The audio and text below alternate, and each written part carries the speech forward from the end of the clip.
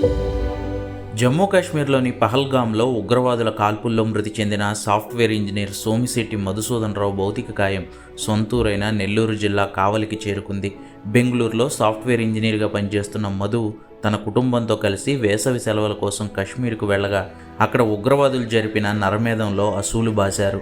మధుసూదన్ పార్థివ దేహాన్ని ఆర్మీ అధికారులు ప్రత్యేక విమానంలో బెంగళూరుకు పంపగా కర్ణాటక ప్రభుత్వం మరో విమానంలో చెన్నైకి పంపించింది. అక్కడి నుంచి నెల్లూరు జిల్లా కావలికి ఏపీ పోలీసులు మధుసూదన్ పార్థివ దేహాన్ని తీసుకువచ్చారు.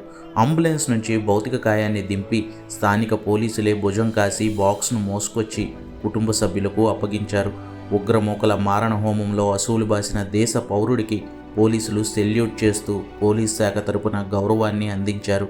కుటుంబ సభ్యులు వేదన వర్ణనాతీతంగా ఉంది. మధుసూదన్ స్వస్థలమైన కావలిలో ఈరోజు సాయంత్రం అంత్యక్రియలను నిర్వహించేందుకు ఏర్పాట్లు చేస్తున్నారు.